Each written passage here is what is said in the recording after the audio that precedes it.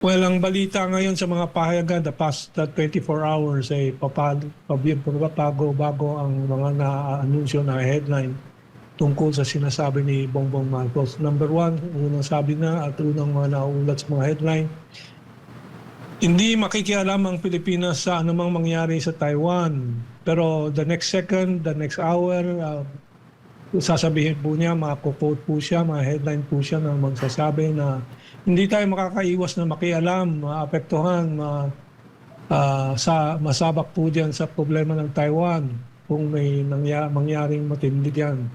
So wala pong isang salita. Pero malinaw po, again, not what they say but what they do. Anong ginagawa po ng Pilipinas?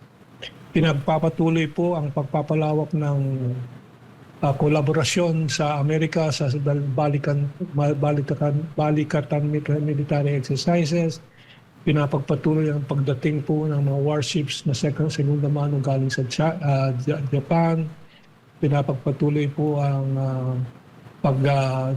pagdadami, pagkakabuti, if may say so, ng mga US military bases and their extension sa Pilipinas na covered na po halos buong Pilipinas. Oil depot sa Davao, ammunition depot sa Subic, aside from the 9 bases, radar stations, magpapalipad po ng missile mula Leyte na hindi na sa civilian airport at papasabugin sa Laon, Nueva Ecija. Lahat pong mga senyales tungo doon sa paghahanda po sa proxy war po ay nandidiyan. And so let us look at what they do and not what they say. Masasabak talaga po ang Pilipinas tulad ng mga Gulf states sa Middle East po dahil po may base militar po tayo, dahil po tayo ay collaborating with the Pax Silica na ang latest po ay nagpirmahan at ito'y hindi nabibigyan ng immunity kasi po hadlang po sa ang constitution natin diyan. But maraming questions pa rin po na negatibong epekto po sa atin. Ang isang AI na gustong data center na nasasabi po ng Amerikano na itatayo po nila diyan ay isang data center lang AI kumukonsumo ng 5 milyong galon na tubig isang araw. So yan po ay maapektuhan ng buong probinsya ng Tarlac at baka pati Pampanga masali po diyan. So napakaraming mga issue tungkol sa kolaborasyon with the United States at pati po ang kaguluhan sa Senado konektado po diyan. Dahil po pinipigilan talaga ng Estados Unidos na makaalpas po ang Pilipinas sa karne-kala po nila, sa sakal po nila. Pinipigilan po ang pagbabalik po ng independent foreign policy sa pamamagitan ni maaaring maging Presidenteng Sara Duterte. Nasa linya po ng ating komunikasyon via Zoom si Cam Mentong o si Ginoong Herman Chu Laurel, isa pong geopolitical analyst. Cam Mentong, good morning po. Jade at Admar ang inyong makakasama. Maraming salamat po sa inyong oras. Good morning, Jade and Admar, and sa lahat ng libo-libong mga taga-subaybay po ng mga balita po ninyo.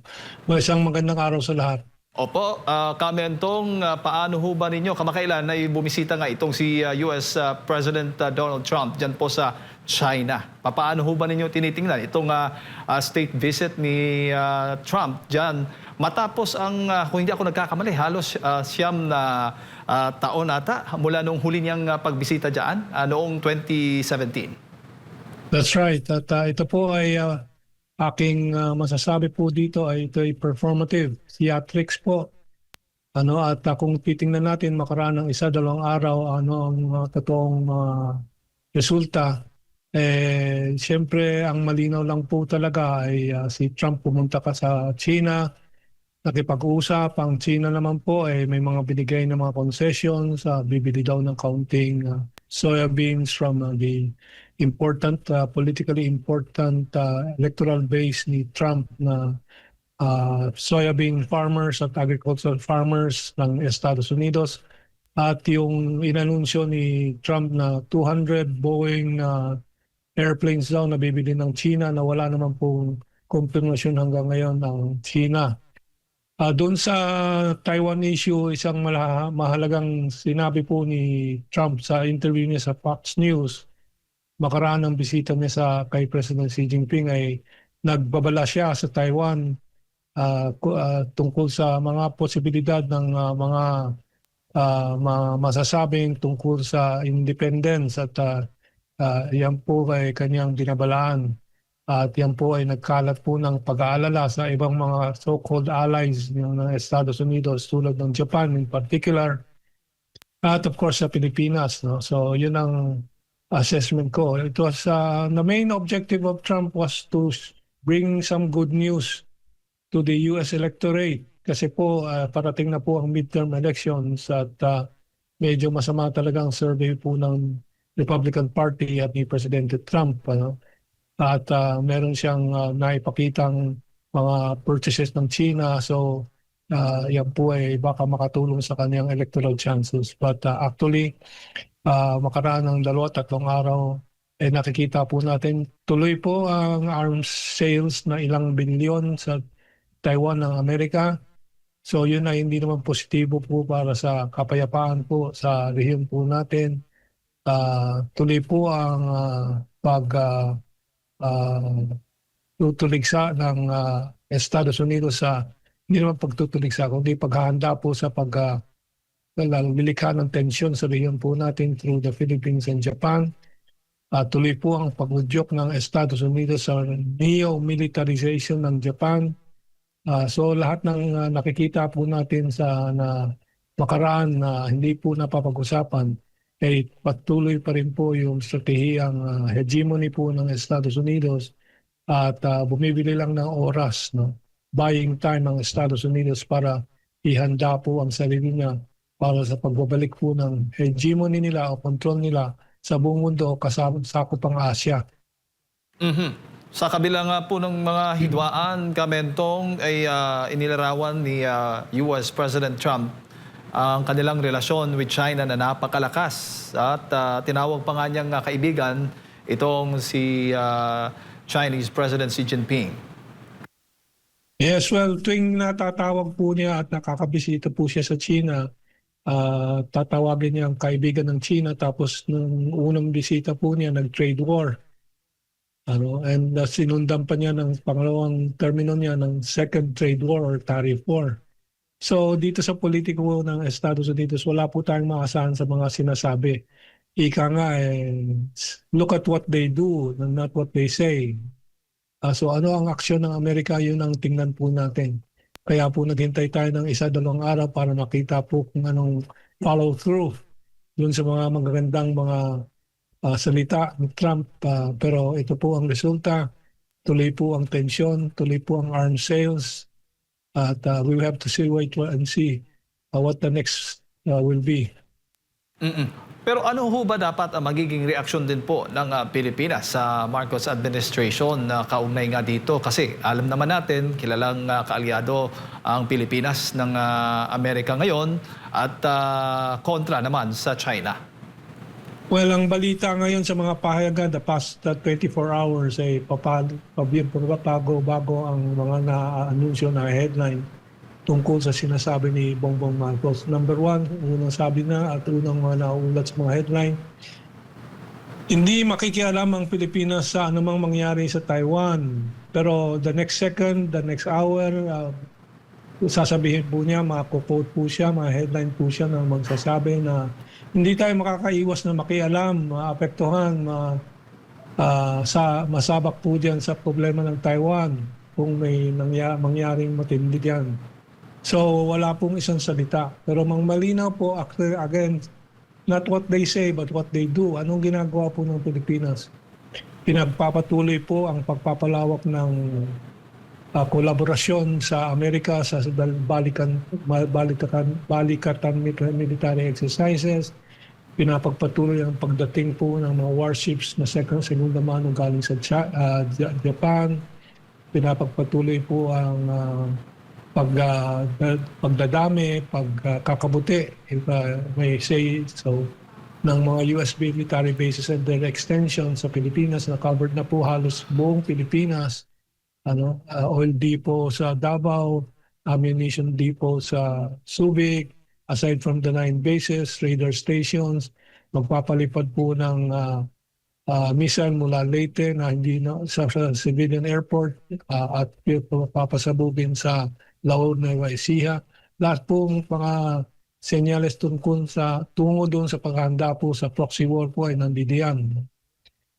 And so let us look at what they do and not what they say. Masasabak talaga po ang Pilipinas tulad ng mga Gulf states sa Middle East po dahil po may base militar po tayo, dahil po tayo ay collaborating with the Pax Silica na ang latest po ay nagpirmahan at ito'y hindi nabibigyan ng immunity kasi po hadlang po sa ang constitution natin diyan.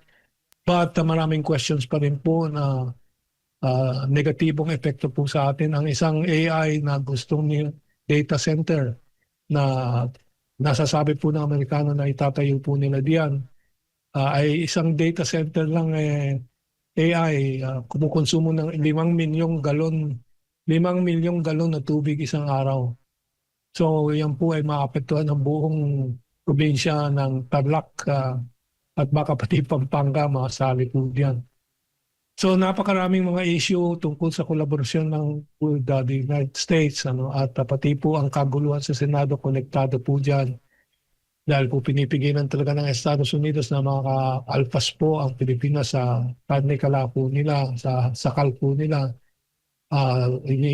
Pinipigilan po ang pagbabalik po ng independent foreign policy sa pamamagitan ni maaaring maging Presidenteng Sara Duterte. At yan po ay isang major issue dyan sa Senate drama po. At medyo nadulas po ang Amerikano po diyan dito sa pagtanggal kay Soto at pagbabalik po ng mga independent senators diyan sa posisyon sa Senado. So all that is connected because again, what they do and not what they say. Tuloy-tuloy po ang paghahanda po ng Estados Unidos ng proxy war dito sa Asia. Kasi gusto po ng Estados Unidos pigilan po ang pagbangon po ng Asia dahil po pangunahing rehiyon na po sa ekonomiya, development, innovation ng Asia. Of course, nakasentro sa China kaya anti-China ang target nila talaga. Wala daw inanunsyong pinal na permanenteng kasunduan din po dyan pala sa pagkikita ng dalawang leader, Kamentong. Maituturing ho ba ninyo itong failure or bahagi po ng mas mahabang negosasyon sa pagitan ng China at Amerika? Bagamat sinabi naman na maituturing ng magkabilang panig na isang matagumpay yung dialogo. Well, ayon kay ancient Chinese General Sun Tzu, fighting the war without winning the war without fighting. O kaya dun sa quotation galing kay Abraham Lincoln, kung yung aking kaaway ay maging kaibigan, di nanalo na tayo. Yun ang sabi ni Abraham Lincoln. Yung po ang strategiya po ng China, fighting the war, winning the war without fighting. At inaakit po ang Estados Unidos na makipag-usap, co-management ng mundo, and so on. Pero tuloy-tuloy po ang development nila ng military technology nila. Alam po ninyo, this is the era of drone warfare. At sa kasalukuyan, wala pang gera, ang production po ng China ng drone ay 1 million units isang taon. Yan ang kapasidad po ng China kung i-shift yan sa military use, overnight, 1 million po ang magagawa po na drone taon-taon ng China para sa gera. But at the same time, hindi po nagsasalita ng agresibo ang China. Handa lang sila ng handa. Look at what they do and not what they say. At patuloy po ang strategiya ng China na ilimita ang Amerika po sa kanilang kinalalagyan ngayon sa Western Hemisphere, sa North America.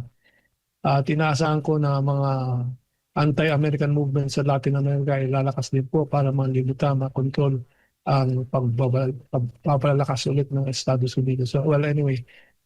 So, nothing has really changed except that the Americans are preparing for a longer preparation for the war against China. Nabanggit po ninyo, nakikialam yung Amerika dito sa kaso ng impeachment ni Vice President Sara. Pwede ho ba yun? At papaano naman po ninyo nasabi? Well, ang kanilang mga strings, no, mga sinulid ba, no, mga gawad sa kanilang mga puppet, nakikitang-kita po, malinaw po. At the number one puppet si Bongbong Marcos, sunod po yung dating Speaker of the House, as President of the Senate, si Soto, yung corruption doon sa konektado din po dyan sa House na ah, sila Martin Romualdez and so on, na siyang naglusad ng impeachment laban kay Sara Duterte, kung ano-ano mga kasong wala namang katuturan. So kitang-kita po ang galaw ng Amerikano po sa lahat na yan. Kaugnay din po din sa kanilang galaw sa military with Gibo Chidoro.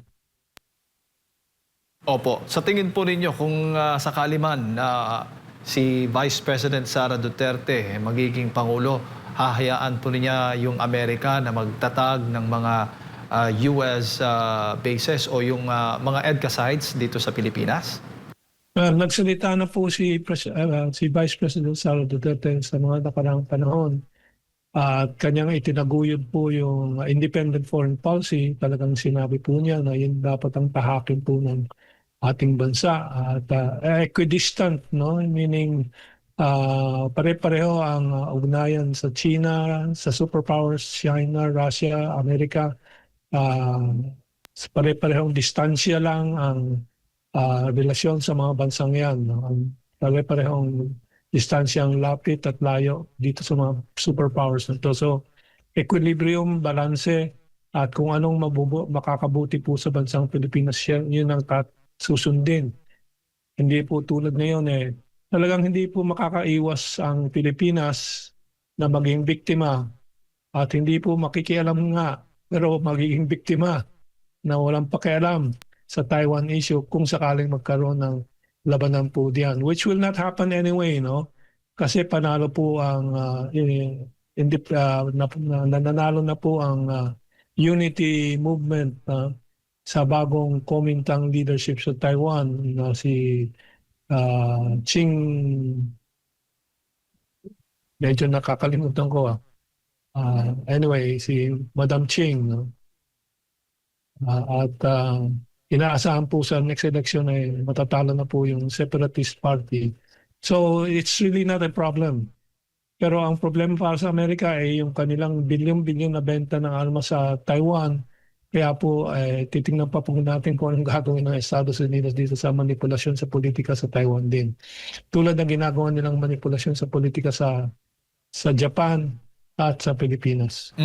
Huli na lang, Kamentong, generally, ano ba yung mga dapat babantayan ng taong bayan sa mga susunod na mga buwan o panahon, kaugnay nga dito sa posibleng itong pagbabago ng US-China relation? Well, we will see, no?